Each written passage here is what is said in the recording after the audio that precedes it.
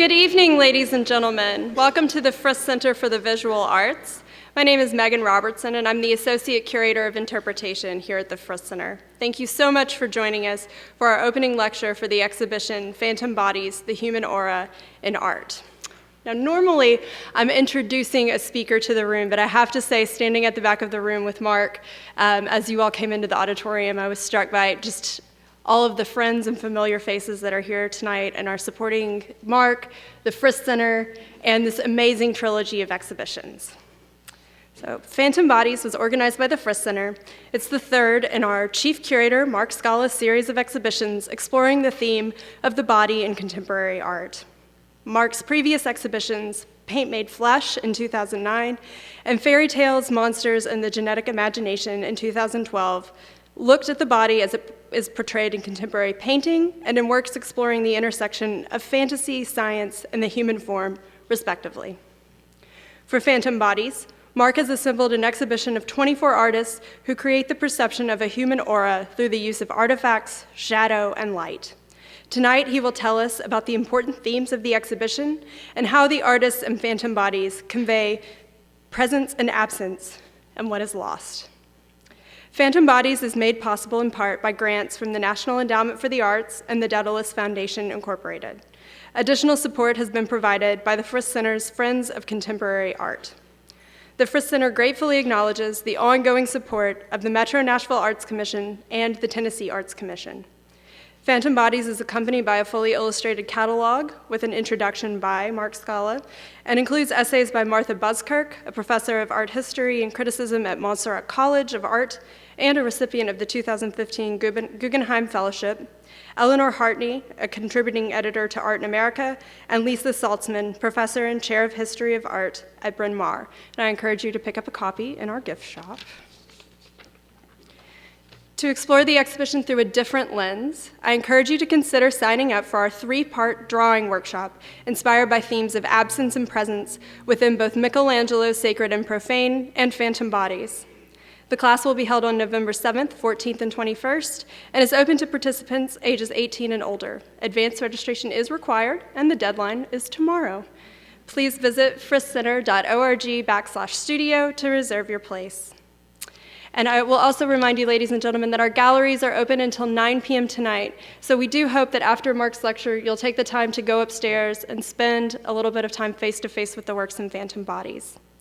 Thank you, Mark, for your lecture and for creating such a thought-provoking exhibition for Nashville. Ladies and gentlemen, please join me in welcoming him to the stage.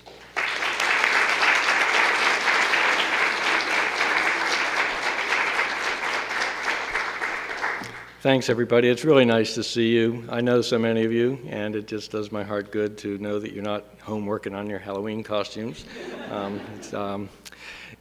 I've always thought of art and aesthetics, or understood art to be a branch, a part of aesthetics, and aesthetics, of course, is the philosophy of beauty, or the philosophy associated with art. And so art is not something that I've thought of as being a thing. I've always thought of it as being an embodiment of something, an embodiment of an idea, spirit, and essence. This is not always the way I think that people think about art, and I just want to say before I start telling you about Phantom Bodies, the human aura in art, I just want to thank everybody that I work with. The Frist Center is really an amazing place. It's an extraordinarily supportive place.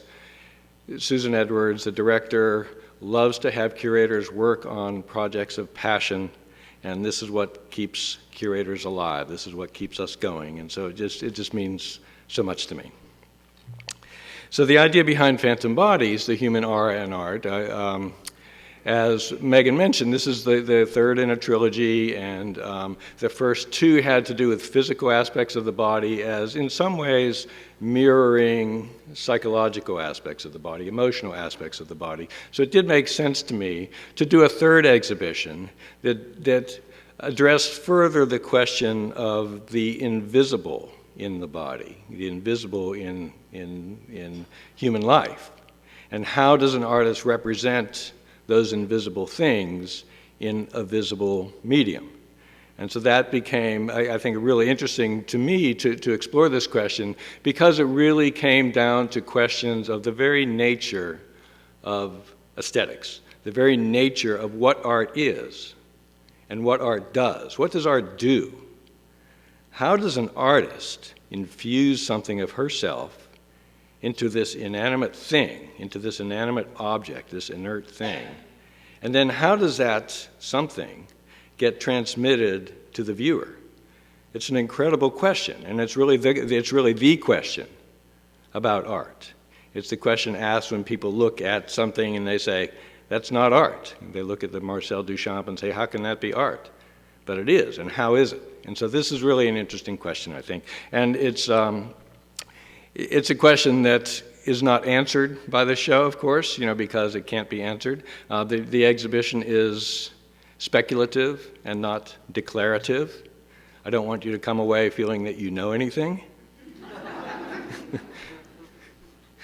The title itself comes from the phantom limb syndrome, as you probably have guessed. It's great that it starts on the day before Halloween and it has phantom in the title. We like that too. But it does relate to the phantom limb syndrome. And you all know what the phantom limb syndrome is. It is the feeling that when you have lost a body part, that you still have the sensation that it's there. And the sensation may be painful, phantom pain.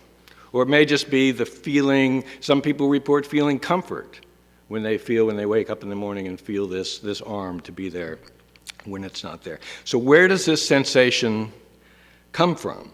And how does it exist in the body? And the logic might dictate that the sensation exists in the spot where the limb is amputated, where the stump is, because that's where the nerve endings are. But neurologists have shown that the sensation actually exists within the brain. The brain contains a map of the body's surface. And you can see on the left where the sort of weird homunculus, this is a wonderful little diagram, you can find it online, and it shows the map, and it shows the relative proportion of the size of the body as it's affected by phantom pain. And so the red part, the hand, is very large. And so on the left hand, on the left side, you see the hand. On the right side, you see where the hand is missing. And so when that hand is missing, the map of the brain actually tries to reconstruct the sensation of it being there. The neurologist V.S. Ramachandran says, the area mapped to feel its presence is deprived of sensory inputs that it was used to receiving, and it becomes hungry for new sensations. So the brain, in essence, is performing an act of what I, in artistic hubris, call a kind of biomimetic artistry. Biology imitating life. And biology is life, so that seems a little weird. The phantom limb syndrome has been used to explain the supernatural. After Admiral Horatio Lord Nelson lost his arm during a battle, he felt that residual sensations in the stump proved the existence of a soul. If an arm can survive its own amputation, he reasoned, why not an entire body? This leads us to wonder, how would phantom feeling work when a person, a family, a community is erased? The effort to compensate for this absence has been a compelling function for art for a very long time. In natural history, Pliny the Elder tells the legend of the origins of art when a young woman in Corinth traced the shadow of her departing lover onto the wall as a mnemonic aid, a surrogate for love. But the emptiness of the shadow trace causes yearning, tears for the artist and for viewers who may reenact their own losses through the image. Art historian James Elkins writes, painful absence, whether it is of God or grace or just presence itself, is a fundamental reason people cry in front of paintings. It is the negative and opposite of painful presence. How do artworks have such an effect on us? The philosopher Elizabeth Grosz writes, art is not an indulgence or a luxury. It is the most vital and direct form of impact on and through the body. the generation of vibratory waves, rhythms that traverse the body and make of the body a link with forces it cannot otherwise perceive and act upon. Elkins describes such an energy transfer in art in terms of empathy. He says, a flow of emotions that merges the viewer and the viewed. And this energy may be thought of as an aura. So how do we define aura in art? In his essay, The Work of Art in the Age of Mechanical Reproduction, philosopher Walter Benjamin tackles this question. He describes one view of the natural aura as, in his words, an empathic moment of human connection to material things. People sense the presence of another through certain artifacts, particularly when they know the history of the artifact. He goes on to mention an aura of both cultic works of art and artisanal, that is, crafted objects, where the traces of the practiced hand are still in evidence. In other words, the value conferred by human touch, especially when the artist has a high stature, the aura comes from the perception that the hand is an extension of genius. Third, Benjamin discusses the aura connected to, in his words, the memory of a primal relationship to the body, which enables you to empathize through an imaginative link between the image of the body and your own body, as Gross described. So it's so wonderful to have this Michelangelo drawing show at the same time, because it really does relate to these ideas of aura in, I think, just a wonderfully illustrative way. If you take this Michelangelo drawing, you may feel, as Benjamin was talking about, you may feel the aura of the artifact, a vibrant connection to the past contained in a 500-year-old fragile piece of paper. And the sense of touch in the drawing makes us think of the artist's hand as a direct extension of his inner being, the cultic work of art. Finally, we might feel the aura of an empathic relationship to the body, the bodily portrayal as a meditation on the profane and sacred in the human condition, leading the viewer to identify physically and emotionally with the subject. Elizabeth King's self-portrait is the first thing that you'll see in the exhibition. She has two self-portraits, actually, one called Pupil, the sculpture, and one called What Happened, which is the video of the sculpture. And both of these involve aura in some way that is in some ways related to what Benjamin described. The sculpture is handmade, incredible craftsmanship, lifelike in its proportions and the articulation of its joints. The film is also analog, animated through stop-action manipulation. So there's an aura that comes from our knowing of that loving discipline and the time that the artist invested, channeled through her will into her hands. The film opens with King superimposing her face onto the sculpture. Let's see if we can show that, inserting herself within the work. The figure finds wonder then in its capacity to move, an automaton in its first throes of life. The realism, the glowing glass eyes, the graceful motion give a feeling of the uncanny, something that seems to exist halfway between death and life. So it's an absolutely mesmerizing and most beautiful work of art. But is the artist's hand the only way to invest a work of art with aura?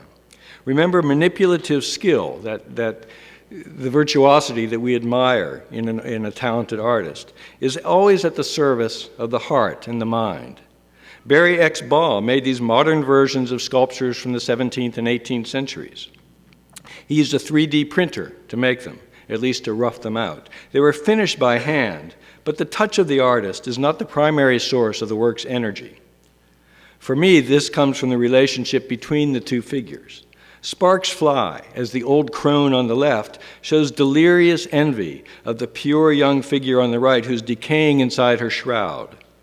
A meditation on youthful death versus the ravages of old age.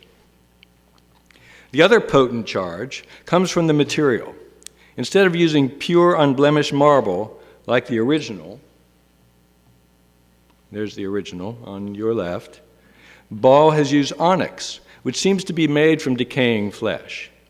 In the original, the girl is at once chaste and kind of sexy, but is definitely alive, definitely there. In the contemporary version, she has disappeared into the pockmarked and rutted surface, leaving only emptiness beneath the shroud. So the stone itself, the choice of the stone itself, has power. The choice of the material has power. Aura arising from objects and from materials occurs again in Alicia Henry's installation. While the body fragments are not realistic like Elizabeth King's, they convey emotions with which we can identify, from stoicism to pain and anger. The skin-like textiles, often stitched to suggest surgery, add to the sense that these are not depictions of people so much as they are approximations of a humanity that has been scarred or wounded. Henry arranges the body and head fragments by color and tone, with the title you can read, or you may have read, is untitled, brown, red, white, and blue, so the notion of brown being separate from red, white, and blue. With the title, the work alludes to race in America. The floating fragments echo the isolating impact of racial differentiation on the individual, the family, and society. That cultural power of absence, something going beyond the individual, is seen again in Christian Boltanski's Untitled Reserve. This work contains photographs originally taken in 1931 at Chase's High School, a Jewish girls' school in Vienna, whose students were very likely persecuted by the Nazis over the next decade and a half or so. By rephotographing and enlarging the pictures until they fade and blur, Boltanski reminds us that photographs, like memory, distort over time, fade over time. We didn't know these students, but the photographs show the hopefulness in every class portrait, and we do recognize that. We recognize that from our own experiences. So he's creating empathy through a second and third generation representation of a photograph. We feel pain in imagining their fate. The stack of clothes below refers to those, or reminds us of those, that were taken from people in the camps. Holocaust museums often display such piles or photographs to show the magnitude of the horror on a very personal level. When you see this, you realize that each article of clothing belonged to a particular person. But Boltanski has used new clothes, making the work as much about ongoing oppression as it is about the Holocaust. Clothing as a stand-in for the absent wearer occurs in a more mythic vein in Adam Foos's Medusa, an image of an antique wedding dress that seems to float in space like a ghost. The gown has positive associations with love and new beginnings, but the bride has been replaced by white snakes inside. Snakes, of course, have a symbolic significance, often standing for evil or negativity, and these elements give the feeling of spirituality mixed with dread. The title, of course, refers to the Greek myth in which Medusa was transformed by Athena into a monster, the monster who would turn other people into stone upon seeing her or gazing upon her. And this was in punishment for Medusa being impregnated by Poseidon in one of Athena's temples. Various myths say she was Poseidon's bride. Other versions of it say that she was raped by Poseidon, but she was the victim, and Athena punished her for becoming impregnated by Poseidon. Medusa is traditionally shown in art as a disembodied head with hair of writhing snakes. While she's been regarded as evil, Foos has recast her. You look wonderful, by the way. I have to say. I can see every one of you, and you look fantastic. So for Foos, the dress signifies sexual renewal, and the snakes have a resemblance to life-giving sperm. When this pregnant bride of Poseidon was beheaded, 2 drops of her blood hit the ground, giving birth to the winged horse Pegasus and to the golden-bodied god named Chrysaor. By focusing on Medusa's life-giving properties, Foos reminds us that myth is itself phantom history, which can be reimagined to reflect contemporary values. Phantom history gives way to real history in Shireen Neshat's series The Seasons, which mourns natural and human-made crises in North Africa and the Middle East. In Spring, Egypt in My Heart, Neshat shows found footage of an emotional performance by the singer Kulthum, known as the Mother of Egypt, as she sings to a packed concert hall about times passing, love and loss. This found footage is overlaid with images of men and women who participated in the Arab Spring uprisings, conveying both hope and regret.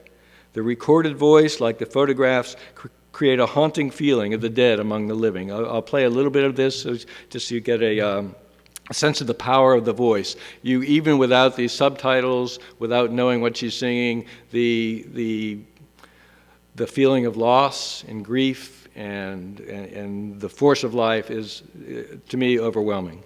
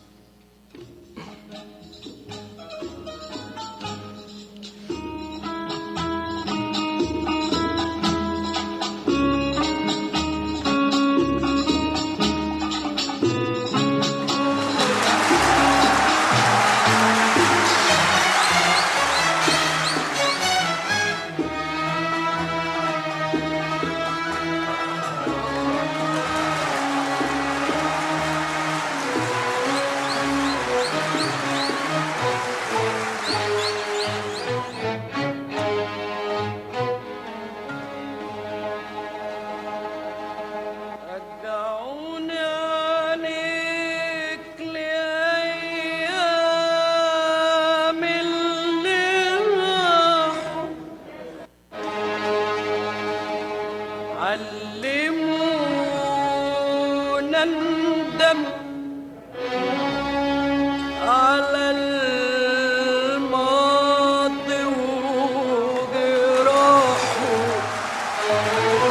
اللي شفته قبل ما تشوفك عينيا عمري ضايع ضايع يحسبوه ازاي عليا انت عمري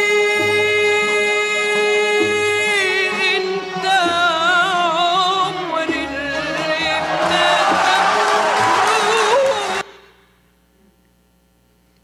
It's one of a series of films called The Seasons, and they are absolutely haunting and mesmerizing and beautiful. And the reminders that these phantoms that I'm talking about aren't always visual. The auditory phantom, when you hear a recorded voice from the past, the voice of a loved one who has died on an answering machine. For me, when I hear the voice of Hitler or Churchill, it's just like this kind of creeping feeling on your flesh, that's very different from seeing a photograph. That voice, I think, has incredible resonance. So things like film footage and vocal recordings and photographs in Boltanski and Neschat have a power that comes from their being, in some ways, shadows, indexes of real people, living or dead. Deborah Luster's photographs from a series showing inmates at the Louisiana Correctional Institute for Women have a similar indexical power. These works are made more remarkable when we learn that when Luster was young, her mother was a victim of homicide. For me, this adds to the photograph's power because, in part because the survivor of violence might be expected to see only evil in anyone who has committed a crime. Instead, the photographs seem to convey compassion. They seem to honor the memory of her mother, in Luster's words, touching the disappeared. We know something about the women. Luster recorded their names, places, and dates of birth, their prison job, the names of their kids, but not the crime for which each one is convicted. So when you look at the photographs, you see the person. And my sense is that if you were to see what the crime was, you might not want to see the person. If the crime is horrible, then the person is the crime. The women chose to be photographed while dressed for the prison's Halloween haunted house or the Easter party.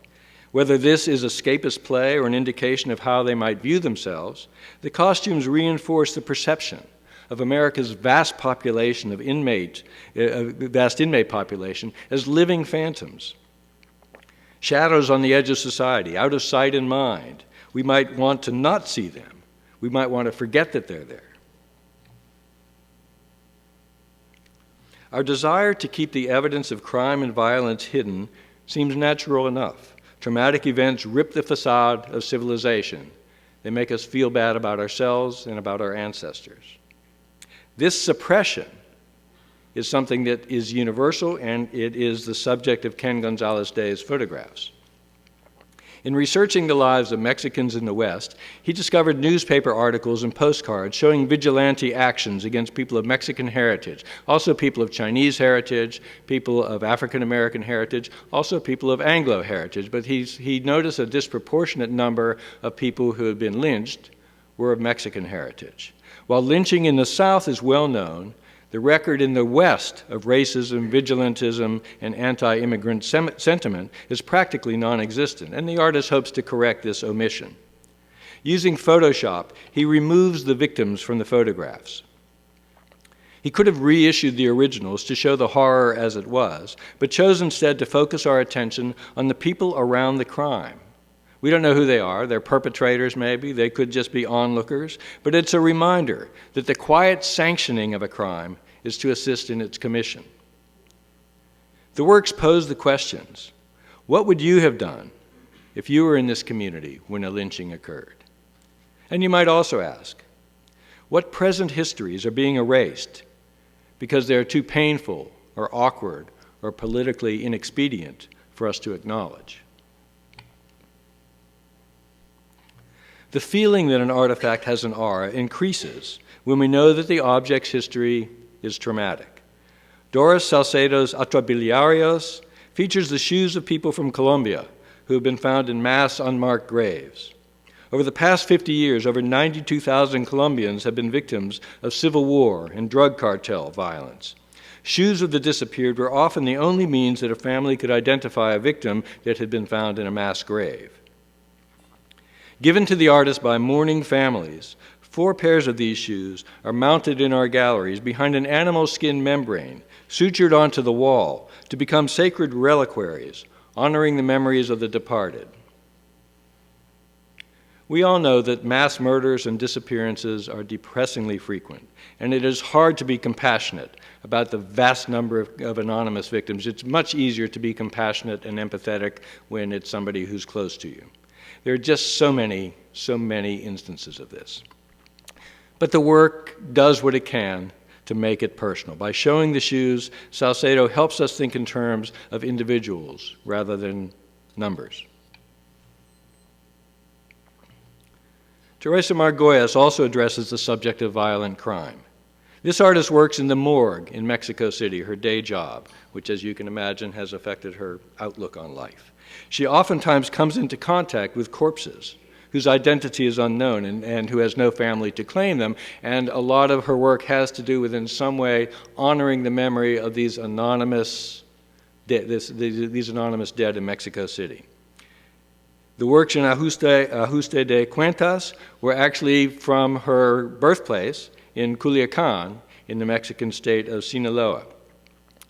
These are examples of jewelry that have been made using glass, insetting glass that has been swept up from cars whose windows have been shattered in drive-by shootings.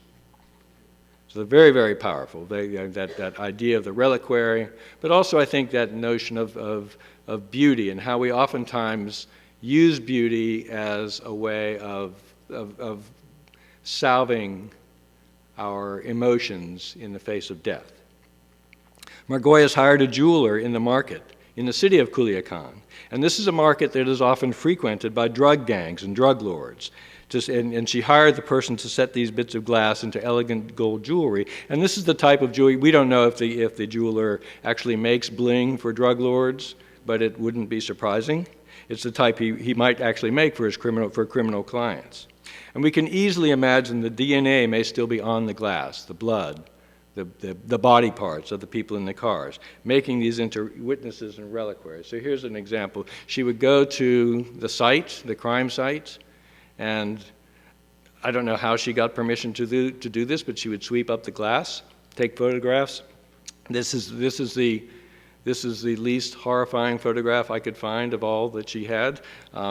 And you know, it's really, she's an artist who's courageously confronting a reality, and I think courageous because she may risk upsetting the drug cartels, but also courageous because I think there's a certain boundary beyond which most of us don't want to go, and she has crossed that boundary and entered the space on the other side of art, the space that is actually the space of life. So it's tremendous and powerful and frightening. This is an example of the jewelry. It shows Jesus Malverde. Malverde was a Robin Hood-like figure famous for robbing rich landowners in Sinaloa during the early 20th century and giving some of the money over to the poor. He's the patron saint of drug dealers, and like such kingpins as El Chapo is today sung about in narco corridos. The accompanying text describes the crime scene from which the glass was taken, so it gives you that contrast of beauty and horror. In this case, a 34-year-old man was killed while riding in his car on the Culiacan-El Dorado highway. He was a municipal police officer and died as a result of multiple wounds in the head, thorax, and abdomen. So when we read our Wall Street Journal, when we read our USA Today reports of violence on the border, that's not what we read. That's not what we get. And this brings it to focus in a way that I think is profound. With its beauty, this jewelry draws our attention to the allure of the drug trade in a poverty-stricken region. Reminders of the bling worn by members of crime syndicates who don't bother to hide their wealth, in fact, of course, want to show off their wealth, they show the hopelessness of an economic relationship in which greed makes human life disposable. Margolles' work again appears in the next gallery, the gallery that is devoted to the subject of sublimation, the transformation of the human into other forms of matter.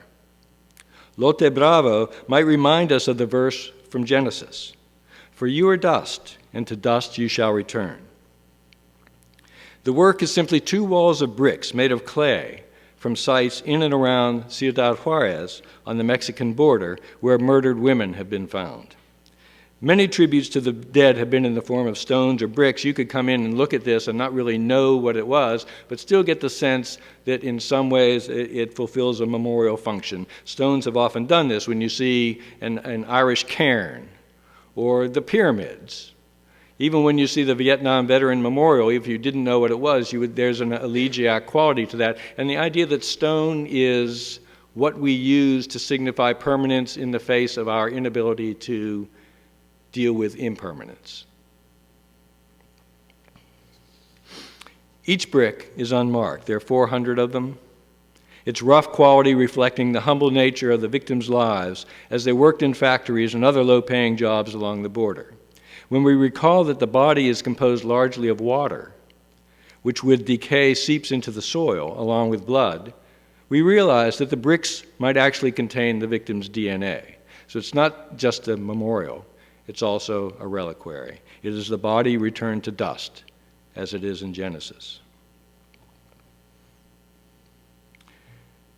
This return from biological complexity to elemental unity can be cast as a return from sentient life to universal energy.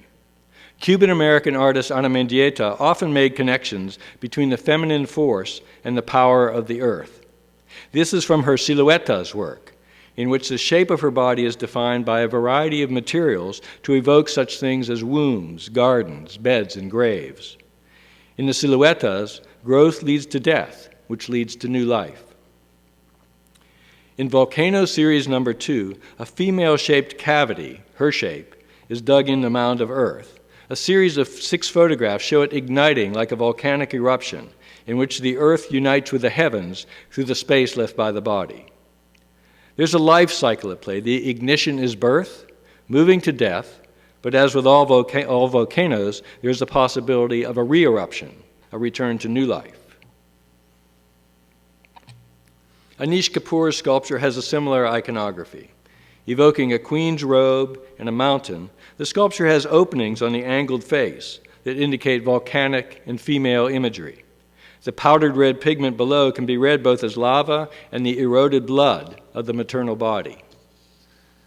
An adherent of Buddhism, Kapoor considers creativity to be a feminine principle, as Mendieta does, and birth as much as death, the passage between heaven and earth. This brings us to the last section, exploring the relationship between mind, spirit, and body. Philosophers, priests, and scientists have asked for eons. Are these aspects of life mutually dependent, or can one exist without the other? Sally Mann's photographs from Proud Flesh show her husband, Larry, as if he is dissolving into liquid or light to evoke the loss of body mass and strength that comes from late-onset muscular dystrophy. Mann's photographs have always explored the beauty and the mystery of time through flesh. This is seen as much in her renowned photographs of her own children growing up as it is in her series taken at Tennessee's Body Farm, where scientists study the impact of weather and other factors on the decay of dead bodies. Somewhere in between, Proud Flesh is an expression of love between two people, each image constituting what the artist has called a caress. She says, "Larry and I began this work of exploring what it means to grow older, to let the sunshine fall voluptuously on a still beautiful form, and to spend quiet afternoons together, again, the two of us, still in love, still at work."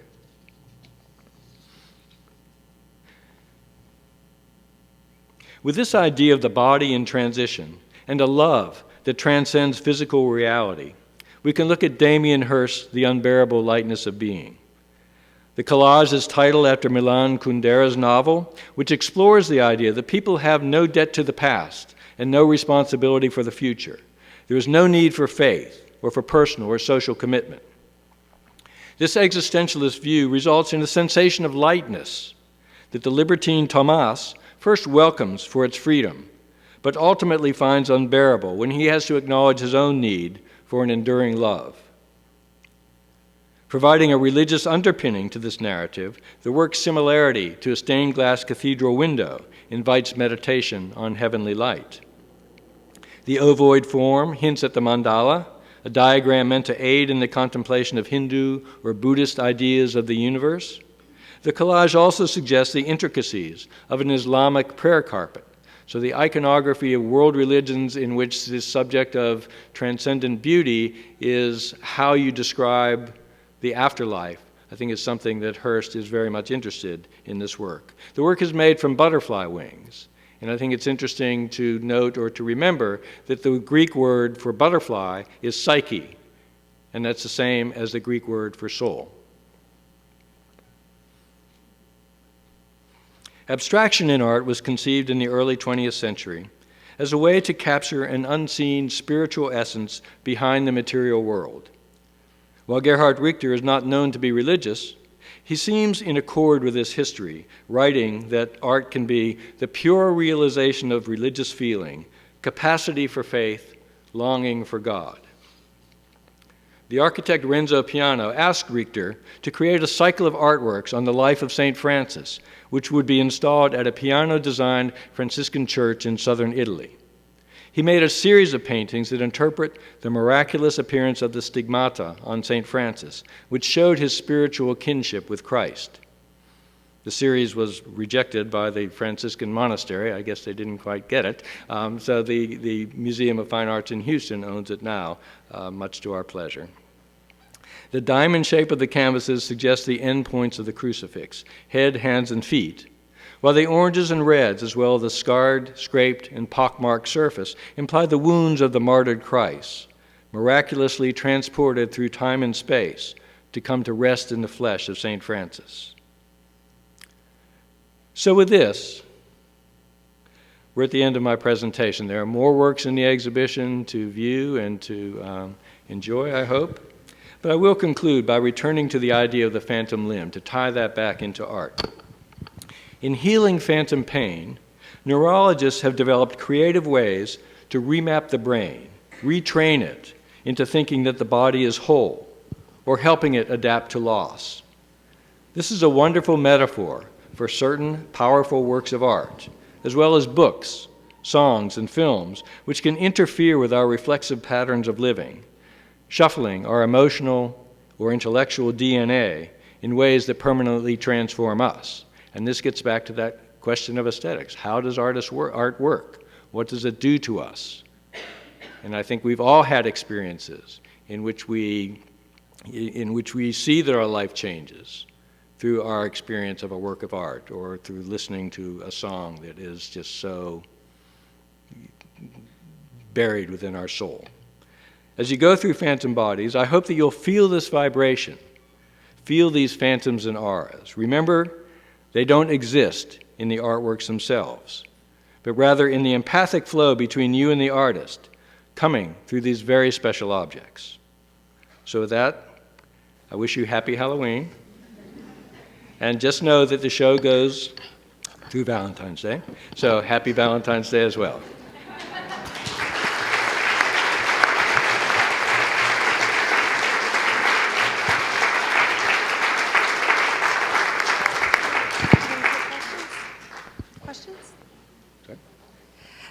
Questions? So I Sure. think If I think anybody Mark, has any questions, I'll be happy to try. and if you don't mind, I'll come to you with the microphone. So, Mark, you can call him. Nobody has any. Oh, there we go. Yes. Right, Megan, right here, the second right row. here. Megan, thank you. Mark, I wonder if you'd be willing to share something about your process at the inception of this body of work. And specifically, it's like a chicken and egg question. Did you see a piece of work and have an aha moment and the show grew from that? Or did you begin with a concept and went looking for art? Or how did that work? If you'd be willing to say. Yeah, sure. Well, as we have talked about, there were two previous shows, and it seemed logical. We all like things to come in threes, right? And so it seemed logical to do a third show. And if the first two had to do with physical dimensions of the body, it seemed to me to make sense to explore spiritual dimensions of the body. And so that's where the notion originally came from. But also, one of the previous shows, the Fairy Tales, Monsters, and the Genetic Imagination, started to engage with questions of prosthetics. And so if somebody, again, loses an arm and has a prosthetic arm, are they less of a person? And so that really started making me think about, well, what of our body constitutes us? And so that show sort of propelled me into this one. And I immediately had artists that I thought about. The first artist that I thought about was Janet Cardiff and George Burris Miller. And the work that I wanted to do was called The Killing Machine. And it's a room-sized installation. It is the most compelling and extraordinary and terrifying thing you can ever imagine. As it turned out, as I developed the exhibition, that didn't work logistically, so I got some other works by Janet and George. But things kind of build out, and you get ideas. And the problem is the most fantastic problem of all for a curator to have, is that there are millions of things to choose from out there. You just have to find them and then try to create a dynamic narrative. And so some of the things were very heartbreaking to edit out. But, you know, it's just, you can't have everything. And then somebody asked me, well, why didn't you include spirit photography from the 19th century? Or why didn't you include Fuseli? And so when you start thinking about what you could have included as historical precedent, then it's endless, and then you have to have a much larger museum. Any other questions? Yes, back there.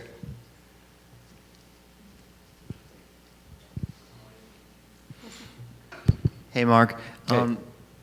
You were talking about reliquary, and you know I've shown like the reliquary of Saint Foy, the reliquary of Charlemagne, and these different, you know, kind of body parts in a box, and you know the presence, the spiritual presence that they sort of have.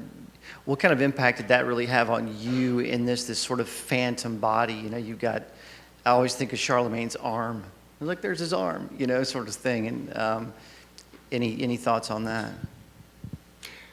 Well, first of all, reliquaries are extremely weird, I think. They're cool. I like them. And you start thinking about, well, the reliquary is a work of art itself, usually. And so it's framing a real thing with an unreal thing, in a sense, or another kind of reality. But if you were to have Charlemagne's arm and to come across it while you're farming in France, you know, would it have the same power as it has when it's contained within this beautiful structure? And so when you think about Doris Salcedo, these shoes, if you were to find these shoes at Goodwill, of course they have no aura at all. So it's that transformation that happens through art, through the intervention of the artist. And sometimes the intervention can be extremely minimal. You know, all it takes is a little box, or in the case of Teresa Margolles, those bricks are the kind of, that's the brick making technique that they use in Mexico. It's just like these are ordinary bricks. And so it's, it's a trigger to the imagination. So I think and also it has to do with beauty oftentimes. It's enshrining what we think of. I don't know about you all, but I think that dead bodies are about the ugliest thing that I've ever seen. And so it's a way of coming to terms with the brutality and the ugliness and the sense of finality that comes with death. And it's a way of imagining the afterlife. But we don't know how to imagine the afterlife, so all we can do is imagine it to be beautiful. And so you surround the ugly with the beautiful. I don't even know if that answered your question. Well, I mean, I think it's the sacred object was what I was thinking about. How people used to go on the pilgrimage and they would go and they would have the sacred object and be near it. And, you were talking about the aura and the phantomness of it, that people would walk, hundreds and maybe thousands of miles just to be near something like that, The smell of it, I guess, like of somebody you were talking about, hearing a voice of, you were talking about like Churchill or somebody, it's got a different effect. It's an incredible thing. When I was in Jerusalem and came to the rock where Christ's body is said to have been laid after the deposition, and just people were, there were merchants who were putting all their stuff on the rock and praying over it and then taking it up so they could sell it. It's just like an amazing thing.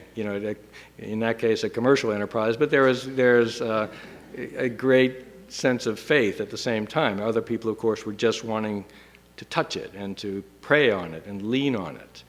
So it's a moving, I think it's a very moving part of human nature. Yes, Joseph. One moment. Hi, Mark. I think these ideas behind the transformative action of an artist deciding on taking an object, whether it's a clay brick or other material, and then all of a sudden it becomes art, is a really fascinating piece that has, I think, a great history. I think of Arthur Danto and the transfiguration of the commonplace, of what is the difference between a red square that Malevich might paint and then the red square in Moscow. Well, the difference is, of course, is the relationship that there's an artist connecting to that painted red square. I think the more that those kinds of concepts, I think, are sometimes difficult, especially in abstract art, especially in non-representational material. But I thought I'd ask your thoughts more on that line of thinking.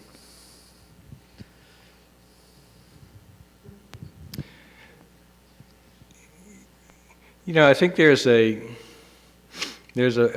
romantic notion that many people have that you should be able to look at a work of art and it should explain itself all by itself. And in truth, that never is the case. Art never is fully self-explanatory. There may be certain cues that make you think you know what it's about, but there's always more. When you look at American Gothic, it's not just a farmer and his sister.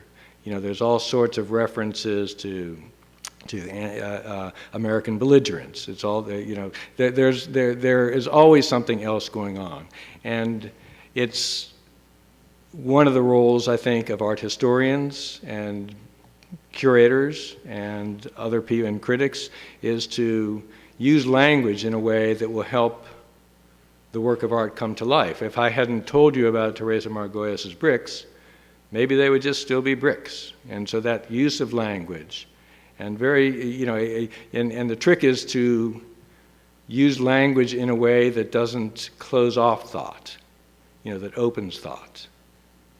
So is that what you're talking about in a way? Okay. Yeah, anybody else? Yes?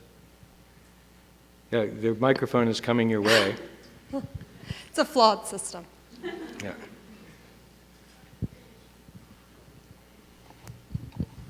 Hi, Mark. Hey, how are you, Jan? Good. You started your talk talking about Ramachandran and his work on phantom bodies. And this is more of a comment than a question. I was just thinking while you were talking, because he's also done so much work looking at the neurology of how we view works of art, balance, symmetry, asymmetry, and the neurology of the way that we look at those things.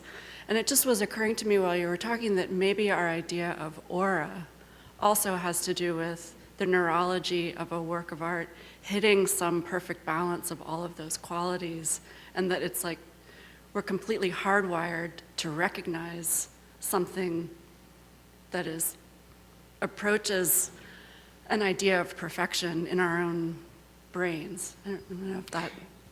I think there has been, I don't know so much about this, but I think there has been some work in which brain scans, whether maybe an MRI, but brain scans have been done to measure people's responses to visual stimuli, and that could include art. And so to see if one part of the brain responds, in a more active way than another part of the brain, and does that signify that the person is going to be more excited or more drawn to that work of art? So I think that research is being done, and I think it's incredible. That whole idea of medical technology and auras, when you think of auras, oftentimes you think of lights. Colored lights, maybe, whether it's the New Age idea of everybody having this kind of, interpretable glow around them, or if you think of things like an MRI or a thermal imaging, where there's actually a translation of natural phenomena, a translation of the body into the language of light so people can understand something about a pathology within the body. I mean, I think that's pretty amazing. I'd like to know more about it. Yeah. Any other questions? Yes? Okay. English isn't her first language, so she's a little shy. Yeah. I want to ask about difference between object and body as a mold of containing spirit, because I'm always thinking about animism, because animism always think all of objects have their own spirit. Do you think any specific thing body have? I'm sorry, I can't make out what you're saying. Can you help? Sure. Yeah. Thank you. So she wants to know about the difference between objects and bodies as a mold for spirit, especially in relation to animism. So animism meaning to you that there's a force, a life force contained within an object or a body, or okay. Yeah. And so the question is there a difference between Just the object. animated object and the human? Yeah, human body. I think so. I think there is. When there's a Adam Foos daguerreotype of a skull upstairs, and the skull, of course, is the quintessential proof that life is just life, and when it's gone, it's gone. And the skull is this object that reminds us of the dead and reminds us of death's finality. But we also like to animate this. We like to think of the skull as being an animated thing. We like to think of it as being a sign of life. It held the brain, it held the spirit, but that spirit is gone, so it's just a house. But I don't know that animistic spirit, I don't really believe that it exists in an object. I think if it's there, it's because we dream it to be there. Thank you. Yes. Perhaps we could take one more question. Okay. Give me a softball question.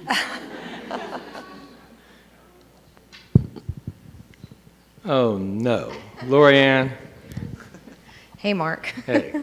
Yeah, I was just wondering, I was thinking about, phantomness and trying to go after something, and it's the object you can never get to. Of course, a phantom's not an object, but I was thinking about it when I was upstairs and looking at the shoes, in the wall, and the skins, you can't see through the skins, and I know that that's deliberate.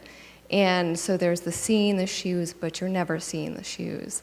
So it's like, I kept thinking about Marguerite Duras in Hiroshima Mon Amour, when she's saying, I saw everything in Hiroshima, and the man is saying, you saw nothing in Hiroshima. So you see something in the phantom, and you're chasing it, but you don't get to it. And so that's sort of, there's also a desperation about that, a pathos, to put a darker spin on it. So I wonder if you could talk a little bit more about just that kind of darkness, that patheticness of just going after something and going after something, but you can never quite get to it, but maybe you become more desperate trying to find it. So that's a softball question. Doris Salcedo has a really great quote that I think we have in the catalog. I don't remember if it's on the label, but she talks about how she really tries to bring back the spirit of and to honor the dead and to give you a sense of their lives. And she ends the quote by saying, "And of course I fail." You know, and it's all failure. I mean, it's all an attempt to do the impossible, to reach the things that can't be reached, to fill your life with something to fill a loss in your life with something that can't be filled. So it's a pale attempt. And maybe that says something about art. I think the idea of the veil, you look through the animal skin membrane at the Salcedos, so they seem to exist in a place that's halfway between reality and dream, you know, halfway between the graspable and the ungraspable. And that notion of the ungraspable, I think, is connected to the idea of the sublime, you know, that which is kind of, you know, always outside of your reach and always what you desire. The veil appears in Barry X. Ball's work. The veil appears in Christian Boltanski's replication of the photographs until they become increasingly blurred. And that notion of the veil as a kind of a tease in a way. You know, it's there and it's not there, I think is what's at play with Salcedo's work. Thanks. Thank you, Mark, for a Thank wonderful you all for coming. talk. Thank you all.